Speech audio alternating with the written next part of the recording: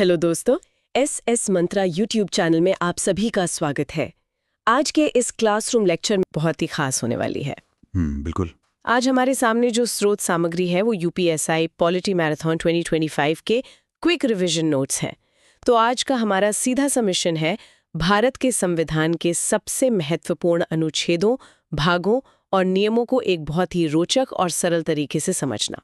जी। क्योंकि देखिए, अक्सर एक धारणा होती है कि संविधान सिर्फ वकीलों के लिए लिखी गई कोई बहुत भारी भरकम किताब है, लेकिन आज हम इसे एक अलग नजरिए से देखेंगे। और ये नजरिया बहुत जरूरी है।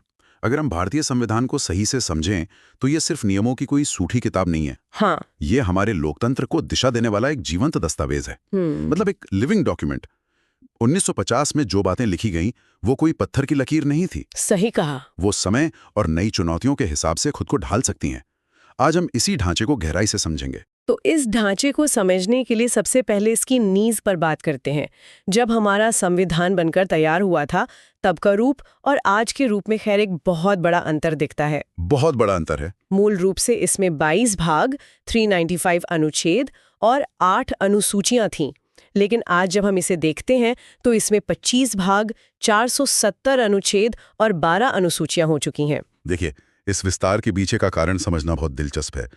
आज़ादी के समय प्राथमिकताएं अलग थी, लेकिन जैसे जैसे लोकतंत्र जमीनी स्तर तक पहुंचा, हमें नए कानून बनाने पड़े। जैसे अनुसूचियों का बढ़ना। बिल्कुल।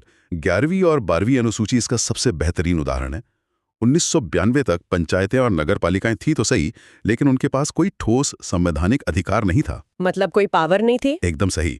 फिर 73वें और 74वें संशोधन से क्रमशः 11वीं और 12वीं अनुसूची जोड़ी गई। और इन्हीं अनुसूचियों ने सत्ता का असली विकेंद्रीकरण किया। 11वीं अनुसूची में पंचायती राज को 29 विषय सौंपे गए। जी। जबकि 12वीं अनुसूची में नगर पालिकाओं को 18 विषय दिए गए।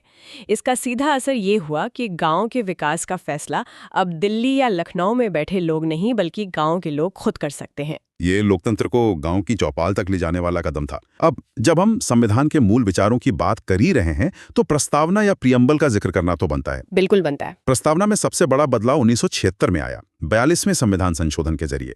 तब इसमें समाजवादी, पंथ निरपेक्ष और अखंडता शब्द जोड़े गए। और इस बदलाव के पीछे एक बहुत ही गहरा कानूनी संघर्ष भी है। 1973 का केशवानंद भारती केस, मुझे लगता है ये हमारे न्यायिक इतिहास का सबसे बड़ा मील का पत्थर है। बेशक। इसी केस में सुप्रीम कोर्ट ने साफ किया था कि प्रस्तावना संविधान का कोई अलग थलग हिस्सा नहीं है, बल्कि ये इसका अभिन्न अंग है। और उस फैसले की सबसे खास बात थी मूल ढांचा यानी बेसिक स्ट्रक्चर का सिद्धांत। कोर्ट ने संसद से कहा कि देखिए, आपके पास संशोधन करने की शक्ति है, आप इमारत का रंग बदल सकते हैं, लेकिन आप उसकी नींव नहीं खोद सकते। बहुत सही उदाहरण है ये। लोकतंत्र, पंथ निरपेक्षता, स्वतंत्र न्यायपालिका, ये सब नींव हैं, इन्हें बदला नहीं जा सकता। ये एक बहुत मजबूत सुरक्षा चक्र है और इस नींव को बनाने के लिए हमारे संविधान निर्माताओं ने बड़ा व्यवहारिक रवैया अपनाया। उन्होंने विदेशी संविधानों से बहुत प्रेरणा ली। जी बिल्कुल ली। जैसे आयरलैंड से राज्य के नीति निर्देशक तत्व, जिन्हें हम DPSP कहते हैं, वो लिए गए। और राज्यसभा में जो 12 सदस्यों का मनोनयन होता है वो भी वहीं से आया। और ये सिर्फ नकल नहीं थी, हमने विचारों को भारतीय समाज के हिसाब से ढाला। ऑस्ट्रेलिया को ही ले लीजिए। हाँ, वहां से क्या लिया गया? वहां से हमने समवर्ती सूची का विचार लिया। ये वो सूची है जिस पर केंद्र और राज्य दोनों कानून बना सकते हैं, जैसे शिक्षा। क्योंकि इसमें राष्ट्रीय नीति भी चाहिए और स्थानीय समझ भी। एकदम सही। और संसद में दोनों सदनों के बीच अगर कोई गतिरोध हो जाए तो संयुक्त अधिवेशन बुलाने का जो प्रावधान है वो भी ऑस्ट्रेलिया से ही प्रेरित है। और अमेरिका से हमने बहुत ही सशक्त चीजें ली हैं, जैसे न्यायिक पुनरावलोकन यानी जुडिशियल रिव्यू और हमारे मौलिक अधिकार। जी। जबकि मजबूत केंद्र वाली संघीय व्यवस्था हमने कनाडा से ली और हमारी संसदीय प्रणाली ब्रिटेन की देन है। इन सब को देखकर लगता है कि संविधान सभा ने दुनिया भर की अच्छी चीजों को एक जगह पिरो दिया। अब अगर हम राज्यों के गठन की बात करें तो वो एक अलग ही चुनौती थी। आजादी के बाद राज्यों की सीमाएं कैसे तय हों, ये बड़ा सवाल था। 1953 में भाषाई आधार पर पहला राज्य बना आंध्र प्रदेश, और इसी ने पूरे देश में राज्यों के पुनर्गठन की मांग को तेज कर दिया। फिर 1956 में फजल अली आयोग बना, जिसने माना कि भाषा के आधार पर राज्य बन सकते हैं, बस राष्ट्रीय एकता को नुकसान ना पहुंचे। इसी कड़ी में सिक्किम की कहानी बहुत रोचक है।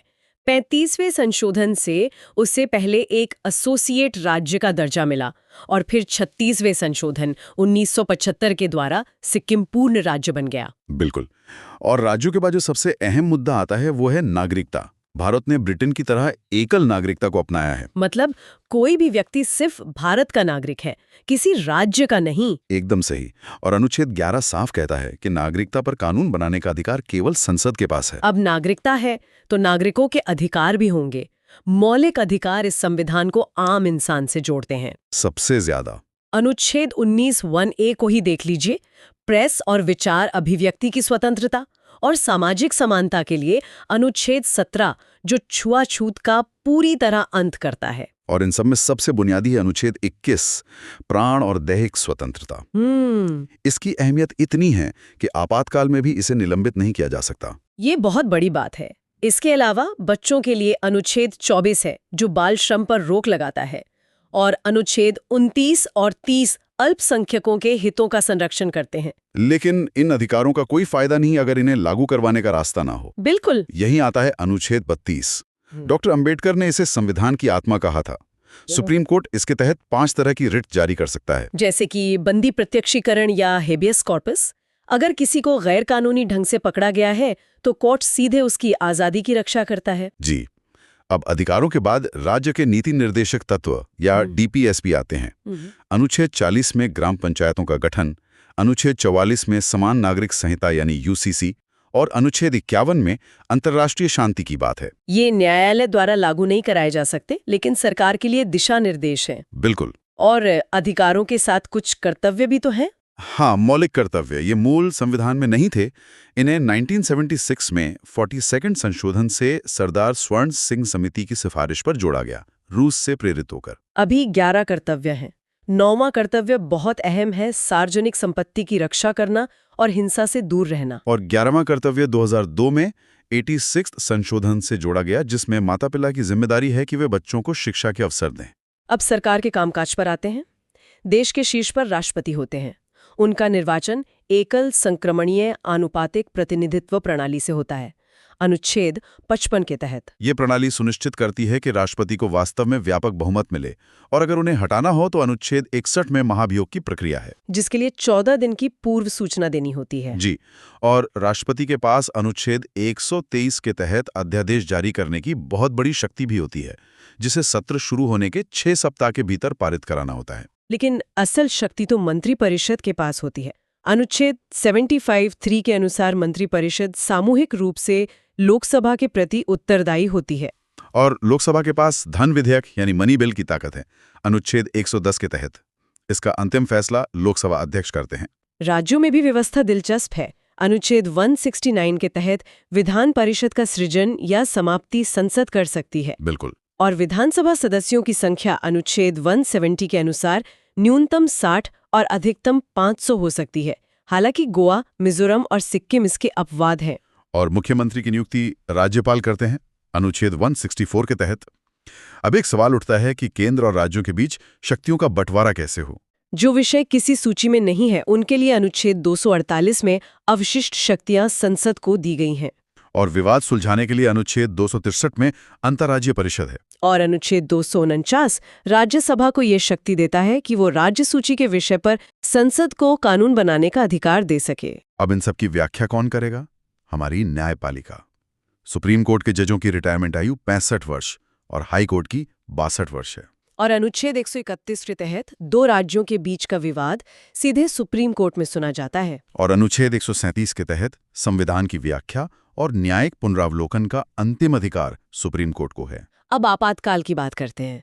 राष्ट्रीय आपातकाल अनुच्छेद 352 के तहत लगता है और राज्यों में राष्ट्रपति शासन अनुच्छेद 356 के तहत। आपातकाल लगते ही अनुच्छेद 19 स्वतः निलंबित हो जाता है, अनुच्छेद 358 के तहत।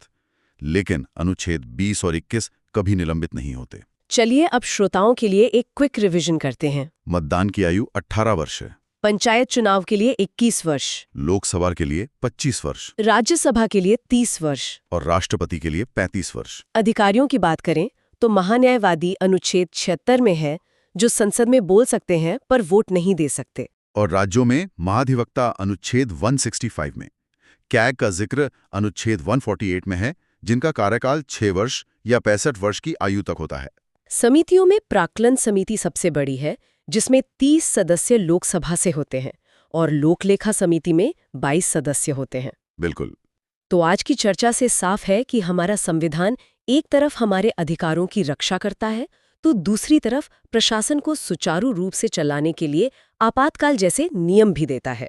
एक बात मैं श्रोताओं के लिए छोड़ना चाहूंगा। 1950 में संविधान निर्माताओं ने उस समय के हिसाब से बेहतरीन काम किया, लेकिन आज के डिजिटल युग में, जहां डेटा प्राइवेसी और एआई जैसी चुनौतियां हैं, क्या हमें अपने अनुच्छेद 21 को एक नए तकनीकी नजरिए से देखने की जरूरत नहीं है? ये बहुत ही विचारणीय प्रश्न है। क्या हमारे मौलिक अधिकारों को भी खुद को अपडेट करने की जरूरत है? श्रोताओं को इस पर गहराई से सोचना चाहिए। आज की इस गहन चर्चा में बस इतना ही। सीखते रहें और सवाल पूछते रहें। दोस्तों, अगर आपको ये क्लास पसंद आई हो तो एसएस मंत्रा चैनल को सब्सक्राइब करें, वीडियो को लाइक करें और बेल आइकन दबाना ना भूलें। धन्यवाद।